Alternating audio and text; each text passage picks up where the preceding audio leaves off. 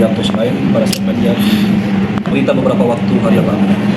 Kami kuasa hukum daripada FM menolak tegas pernyataan daripada orang tua dari Yesaya Aprianto Sirait, Bapak Anwar Tulain dan Ibu Tiur Maidah Panjaitan dalam pernyataan di media yang akhir ini merasa anaknya terjolimi dan telah cukup bersabar dalam perkara yang dihadapi. Perlu kami sampaikan bahwa menurut kami keseriusan dari keluarga Arga terlebih dari Yesaya untuk menikahi FM tidak ada sama sekali. Terus di bawah ya, keseriusan mereka itu tidak ada sama sekali. Tujuannya sudah jelas. Dia sudah 2 kali menghamili daripada klien kami ini, ya. Namun tidak ada dinikahi. Sebagai bukti keseriusan kami, klien kami ketika mau menikah dengan Arga, dia sudah menyiapkan surat daripada pengantar pernikahan dari Kelurahan Belawan. Maka formulir nikah kedinasan pun sudah disiapkan sebagai etikat baiknya untuk mengikuti segala proses pernikahan kedinasan pada saat itu. Di sini kami buktikan rekan-rekan media bahwa di sini terlampir surat pengantar perkawinan dari Belawan yang membuktikan bahwasanya klien kami ini beretikat baik untuk memenuhi pernikahan kedinasan. Dia juga sudah menyiapkan daripada formulir yang diajukan untuk Kapolres Barelang sudah disiapkan oleh klien kami. Ini sudah cukup jelas dan sudah kami sampaikan juga ke kepolisian. Namun sampai dokumen ini disiapkan oleh klien kami, tidak ada sedikit pun direspon oleh Arga. Maka tidak pernah diajukannya ke kepolisian untuk nikah kedinasan. Nah, sebelum dia membawa FM ini ke Kota Batam, ya, untuk persiapan pernikahan kedinasan, bahkan dia sudah sempat meminta izin kepada keluarga daripada ayah dan ibu keluarga FM yang diperawat bahwa dia ingin meminta izin membawa FM ke Kota Batam supaya bersama-sama mengurus nikah kedinasan. Itu juga dibuktikan bahwa pada saat itu ada video daripada Arga, di mana video itu dia berkata bahwa dia akan telah menyiapkan rumah di Batam untuk tempat tinggal daripada FM supaya nanti proses pengurusan nikah kedinasan itu lebih gampang. Nah, ini kami tunjukkan kepada rekan-rekan media bahwasanya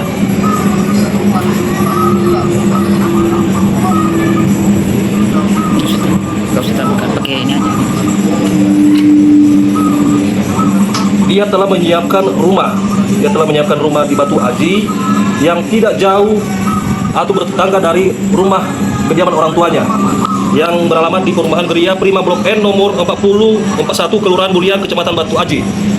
Namun pada kenyataannya rumah yang dimaksud tidak pernah ada sama sekali. Bahkan setelah FM ini sampai di Batam, bukannya ditempatkan di rumah yang dijanjikan itu, tapi malah ditempatkan di kos-kosan. Nah, sehingga beberapa hari kemudian itu sempat cekcok dan akhirnya keluarga daripada Arga, ayah dan ibunya menjemput FM ini dari kos dan membawanya ke rumah di Perumahan Geria Prima Blok N nomor 4041 Kelurahan Bulian Kecamatan Batu Aji. Namun yang perlu kami sayangkan di situ, seharusnya ini kan konteksnya kan pasangan ini kan masih belum status suami istri. Seperti itu. Kenapa bisa orang tuanya senekat itu harus membawa klien kami ini ke tempatnya?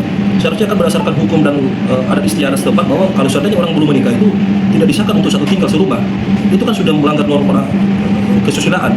Artinya orang tuanya ini juga secara tidak langsung mendukung daripada perbuatan anak-anak ini melakukan kesusilaan kepada korban FM. Nah, di situ, di rumah itu benar sering terjadi percecokan. Kenapa terjadi percecokan? Ada alasannya. Alasannya itu adalah korban ini meminta kepastian bagaimana nikah kedinasan ini, bagaimana proses pernikahan ini. Sementara sudah disiapkan semua oleh korban. Ada beberapa juga yang disiapkan oleh korban pada saat itu dia sudah mencari-cari apa yang harus dipersiapkan untuk pernikahan, bukti keseriusannya. Nah, untuk prawedding seperti apa? Tetapi yang pada akhirnya tidak ada respon atau progres baik daripada si Arga ini. Nah, akhirnya sering cekcok. Benar, kita itu sering cekcok mereka. Bahkan dalam percecokan itu pun Arga ini tidak rentan melakukan kekerasan fisik kepada korban, memiting, menendang dan segala macam yang akhirnya memang benar pada saat itu karena stres yang berlebihan dan ketidakpastian daripada Arga, akhirnya klien kami ini meminum racun. Itu juga dibenarkan bahwa dia meminum racun pada saat itu. Nah, kemudian pada saat itu dibawa ke rumah sakit, dia dibawa ke rumah sakit Fatimah pada saat itu, namun tidak diperlakukan dengan baik. Ya, kami sayangkan pada saat itu ayah dan ibu dan keluarga besar daripada Arga Aprianto Sirait ini tidak beritikat baik memberitahukan kondisi anaknya, kondisi daripada FF ini ke Belawan. Ya, kalau memang mereka menjalin komunikasi yang baik, dia akan memberitahukan kondisi daripada dia, kondisi daripada itu. Namun pada nyatanya tidak sama sekali. Bahkan pada saat itu korban dibungkam, tidak diberikan akses untuk komunikasi, bahkan HP-nya ditahan oleh orang tua daripada Arga Aprianto Sirait ini. Jadi kami menduga bahwa ini ada keikutsertaan daripada orang tuanya ini di dalam permasalahan ini. Nah, nantinya itu kita akan pikirkan apa upaya hukum yang akan kita lakukan kaitannya orang tuanya di dalam perkara ini. Karena ini dengan pemberitaan yang disampaikannya ini sudah fluktuatif sekali, sudah berbeda, terbalik. Sementara di proses persidangan, Arga Aprianto Sirait itu sudah membenarkan perbuatannya. Ya, dia mengaku itu intent dia. Dia sudah mengaku itu.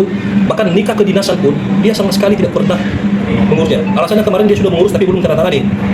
Ya, bagaimana mungkin itu bisa mengajukan nikah kedinasan tapi belum tanda-tangani sama sekali.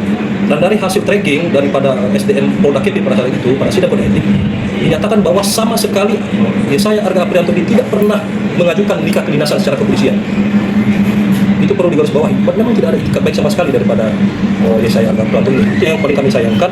Dan kemudian poin bahwa yang dalam statement itu juga mengatakan bahwa setelah sembuh klien kami ini pulang ke Medan diantar oleh orang tua daripada keluarga Arga Aprianto Sirait. Itu tidak benar. Klien kami pulang ke Medan sendiri, tidak didampingi oleh keluarga daripada Arga Aprianto Sirait. Pada saat itu korban pulang membawa satu koper. Ya, memang sebelumnya dia membawa 2 koper, tapi satu lagi koper ditinggalkan karena dia akan balik lagi ke Batam. Setelah dia pulang, sempat dikatakan bahwa kami akan menjenguk kamu ke Medan dan menyampaikan kepada orang tuamu apa permasalahan yang terjadi di Batam sebenarnya. Ya, 1 minggu lagi kami akan kembali ke Medan. Tapi nyatanya sampai dia pulang ke Medan, 3 hari kemudian malahan barang yang koper satu lagi tinggal di rumah Arga Aprianto Sirait itu dikembalikan. Itu dikembalikan oleh orang tuanya. Nah, itu maksudnya apa itu kalau dikembalikan itu? Berarti mereka secara tidak sengaja melepaskan hubungan kepada klien kami ini. Nah, ini buktinya pada saat itu ini ada bukti pengiriman barang dari Batam ke Medan. Ini barang daripada klien kami. Setelah beberapa hari nyampe di Medan, bukannya wujud orangnya yang datang ke Medan, malah koper yang satu lagi dikembalikan. Nah, tujuannya apa? Memang ada niat untuk tidak mau berkomunikasi lagi. Bahkan yang mirisnya lagi, setelah pengembalian koper ini, ya, komunikasi antara klien kami ini dengan keluarga diputus. Semua kontak diblokir. Bahkan dikeluarkan dari grup keluarga Sirait. Ini bisa rekan-rekan melihat Amang Boro Sirait mengeluarkan Anda. Ini buktinya. Dia dikeluarkan dari grup. Bukan klien kami yang mengatakan memutuskan hubungan ini, tapi keluarga dari saya Arga Aprianto Sirait yang memutuskan secara sepihak. Jadi kita juga mau luruskan bahwa pemberitaan itu tidak benar. Dengan tegas kita sampaikan bahwa pemberitaan yang di media itu tidak benar. Pernyataan dari orang tuanya itu tidak benar. Kami ingatkan tolong hati-hati dalam memberikan statement, karena kami akan melakukan upaya hukum. Ya, nanti kita akan pikirkan apakah ini orang tuanya ini ada kaitannya atau tidak. Ya, kita akan pikirkan itu. Nanti kita akan berembuk dengan tim kuasa yang hukum yang lain. Jadi sudah dilihat, ini jelas bahwa dia dikeluarkan dari grup keluarga Sirait. Bukan klien kami ini yang memutuskan hubungan, tidak ada sama sekali. Nah, kemudian perlu kami sampaikan juga bahwa memang benar terjadi mediasi di Polresta Barelang pada saat itu setelah klien kami ini melaporkan Arga di Propam Polresta Barelang. Itu pada saat itu terjadi mediasi pada tanggal 18 September 2025. Nah, dari hasil mediasi itu dia mengatakan bahwa dia akan bertanggung jawab, dia akan memenuhi segala kebutuhan daripada klien kami ini semasa tinggal di Kota Batam, di kos-kosan. Namun pada nyatanya kami juga mengirimkan surat, kami juga berkomunikasi dengan keluarga di Belawan, bahwasanya mereka juga baru mengetahui bahwa kondisi anaknya pada saat itu telah dilakukan kekerasan oleh saya Arga Aprianto. Pada saat itu kondisi daripada klien kami sangat memprihatinkan. Kondisinya pada saat itu pendarahan dan merasa tidak dipedulikan dan tidak ada yang memperhatikan kebutuhan hidupnya di kos-kosan. Kemudian kami berkomunikasi dengan keluarga klien kami di Medan. Artinya sepakat, oke, kalau memang seperti itu, kami minta keluarga daripada Yesaya Arga Prianto Silain, orang tuanya, ayah dan ibunya datang ke Belawan, yaitu dijadwalkan pada tanggal 20 September 2025. Ini kami ada kirimkan surat kepada seksi ke Kasipropam Polresta Barelang. Kami susulkan juga kepada keluarga Arga melalui kuasa hukumnya. Jelas di sini permintaan daripada keluarga supaya mereka mendatangi Belawan pada tanggal 20 sesuai dengan permintaan. Di sini ada di poin 2 ini, pihak keluarga besar Fatria melalui bapak dan ibu kandungnya menyampaikan permintaan pertanggungjawaban dari saudara Brigadir Polisi Yesaya Arga Prianto Silain maupun dari pihak keluarganya atas keseriusan pernikahan yang sampai saat ini belum terlaksana. Sementara klien berada di Batam dan diketahui oleh keluarganya telah hamil dan mengalami penganiayaan yang diduga dilakukan oleh Brigadir Polisi Yesaya Arga Prianto Silain. Untuk menyambut baik niat dan sikap oleh saudara Yesaya Arga Prianto Silain, pihak keluarga meminta Brigadir Polisi Yesaya Arga Prianto Silain maupun pihak keluarganya datang ke Belawan, Kota Medan, Sumatera Utara paling lama hari Sabtu tanggal 20 September. Apabila serius waktu itu ini dipandang perlu karena mengingat kondisi kehamilan daripada klien pada saat itu, kondisi kesehatan agar tidak berlarut-larut. Ini sudah jelas kami sampaikan di tanggal 20 September supaya keluarga ini datang. Ya, mengingat kondisi kenapa begitu cepat? Karena mengingat kondisi daripada klien kami pada saat itu sangat memprihatinkan. Kondisi lagi dalam keadaan hamil, kemudian juga pendarahan yang terus-menerus, rasa sakit yang dialami tidak diperhatikan dan tidak dipedulikan, dia hidup juga dibiarkan begitu saja. Sementara kan dia di Kota Batam ini tidak ada saudara atau tidak tahu apa-apa, dia bergantung daripada si Arga ini. Namun pada nyatanya tidak ada sama sekali. Nah, sampai tanggal 20 ternyata keluarga itu tidak pernah datang. Bahkan ada statement di beberapa media sebelumnya. Ini kami melihat ini mereka memberikan pemberitaan bohong ini keluarga daripada Arga Prianto Silain. Menyatakan sebelumnya bahwa di tanggal 20 September itu mereka tidak bisa datang ke Belawan itu karena alasan kedua orang tua ini sakit. Kemudian di berita berikutnya karena ada rencana mau ke Bandung. Nah ini sepertinya tidak sinkron ini. Nah, jadi seperti ada kebohongan di sini. Yang mana yang benar? Sakit atau memang ada tujuan mau ke Bandung? Nah, itu sangat kami sayangkan juga pernyataan-pernyataan seperti itu. Nah, kemudian kalau dikatakan klien kami ini tidak ada itikat baik atau tidak mau menerima Arga, kami bilang itu sangat-sangat besar karena sudah cukup ruang baik pun klien kami maupun keluarganya memberikan ruang kepada keluarga Arga Prianto ini supaya untuk beritikat baik, untuk memperhatikan kondisi daripada klien kami. Sampai dia pun keguguran, anaknya itu mati, ya. Arga Prianto Silain maupun keluarganya tidak pernah mencari tahu di mana keberadaan janin itu dikuburkan. Sampai detik ini, ya, tidak ada etikat mereka untuk mengetahui di mana itu janin itu dikuburkan. Kalau memang mereka merasa itu bahwa itu adalah cucu mereka, tentunya mereka akan datang. Ya. Arga juga sudah mengakui bahwa di persidangan politik kemarin, ya itu janin saya. Kalau memang itu janin, kau datangi, ya, kau lihat, tidak ada etikat sini. Kalau ada alasan yang mengatakan yang di Batam menghalang-halangi keluarga untuk tidak bisa bertemu dengan klien kami, itu kami sampaikan, kami bantah bahwa itu pernyataan yang keliru. Ya, kami ini kuasa hukum bisa dikoreksi kepada kuasa hukumnya si Yesaya Arga Prianto Silain. Kami selalu membuka untuk komunikasi, membuka ruang untuk komunikasi. Kami sampaikan, Bang, kita ini orang Indonesia punya adat, ya. Klien kami ini Nias dan Arga itu Batak punya masing-masing adat. Kalau memang ada etikat baik, lakukan secara adat Nias. Kan seperti itu. Datangi apa yang perlu harus disiapkan. Dan itu sudah berulang kali kami sampaikan kepada kuasa hukumnya. Namun sampai detik ini juga sampai tidak pernah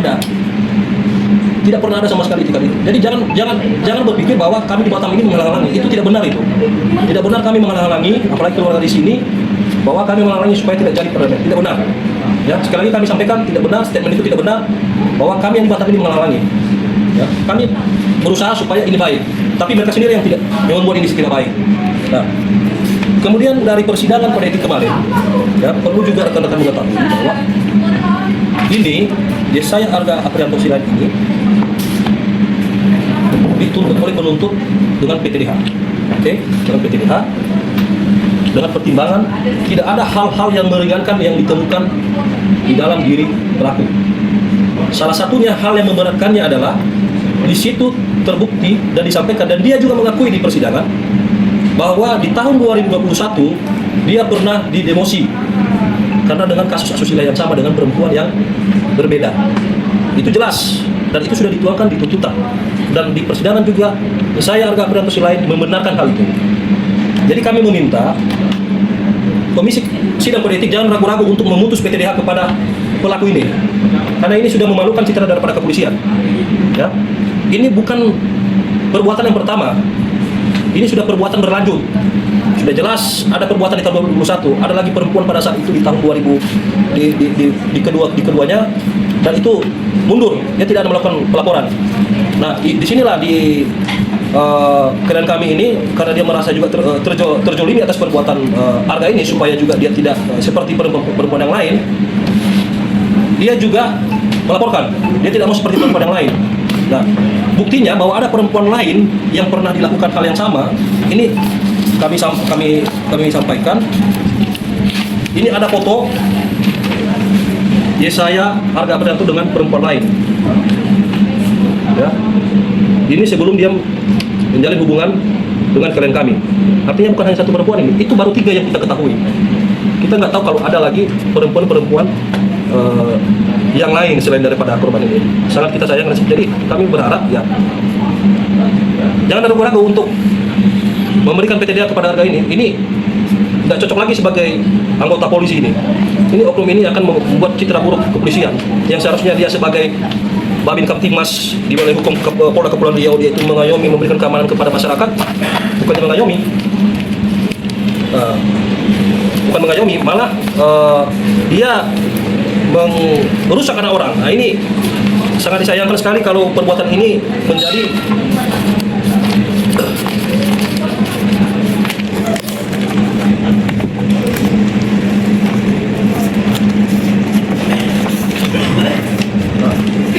sangat prihatin sekali. Nah, ini juga sempat juga perempuan yang sebelumnya mengalami hamil, tapi keguguran. Ini buktinya dari perempuan sebelumnya. Nah, jadi ini perbuatan ini sangat tidak terpuji kalau memang menunjukkan seorang anggota polisi. Jadi kami mohon, kami juga meluruskan bahwa pemberitaan yang disampaikan oleh keluarga Arga Aprianto Silaid itu terkait saya Arga Aprianto ini dijolimi oleh klien kami. Bagaimana mungkin dia dijolimi? Ya, dia itu seorang anggota polisi. Bagaimana dijolimi oleh anggota polisi? Kan lucu hal-hal seperti itu. Ini kami minta juga seharusnya Pak Anwar Silaid ini dan ibunya Tio Maida Panjaitan ini lebih hati-hati dalam memberikan pernyataannya. Dia harus tahu dulu duduk perkaranya seperti apa. Ya, karena yang terjadi antara kedua pihak anaknya, ya tentunya dia pasti akan membela anaknya toh. Nah, tapi itu yang kami sayangkan. Nah, mungkin sekian dulu yang bisa saya sampaikan. Mungkin disambung oleh rekan saya Ferry. Oke, baik rekan-rekan sekalian, saya hanya menegaskan terkait